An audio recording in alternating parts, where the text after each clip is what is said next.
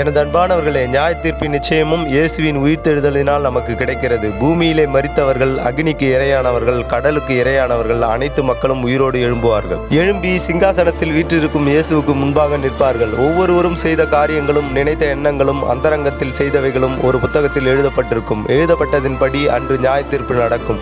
அன்று 2இல் 1 தான் ஒரு மனிதனுக்கு நடக்கும். ஒன்று சந்தோஷத்திற்குள் வா என்கிற மீட்பு, அல்லது நரகத்திற்குள் தள்ளுண்டு போ என்கிற தீர்ப்பு. இது நிச்சயம். இந்த நிச்சயம் நமக்கு எதை செய்கிறது? நம் வாழ்க்கையை பாதுகாக்க இயேசு கிறிஸ்து வரப்போவது உண்மை, நியாயம் தீர்க்கப் போவது உண்மை என்பதனால் நமது வாழ்க்கையில் ஒவ்வொரு காரியம் செய்யும் பொழுதும் அந்த நியாய தீர்ப்பிலே இந்த காரியத்தை நான் செய்தால் எப்படி நிற்பேன் என்கிற பயம் நமக்குள் இருப்பதனால் அது நம்முடைய வாழ்க்கையிலே சரியான பாதையிலே, ஒரு பரிசுத்த பாதையிலே நடத்துகிறது. கிறிஸ்துவின் உயிர்த்தெழுதல் இந்த ஒரு காரியத்தை நமக்கு தருகிறது. மத்திய 28:20 படி, இதோ உலகத்தின் முடிவு பரியந்தம் சகல நாட்களிலும் நான் உன்னுடனே கூட இருக்கிறேன் என்றார். சகல காலமும் ஜீவனுள்ள இயேசுவை ஜீவிப்போம், சேவிப்போம். ஆமேன்.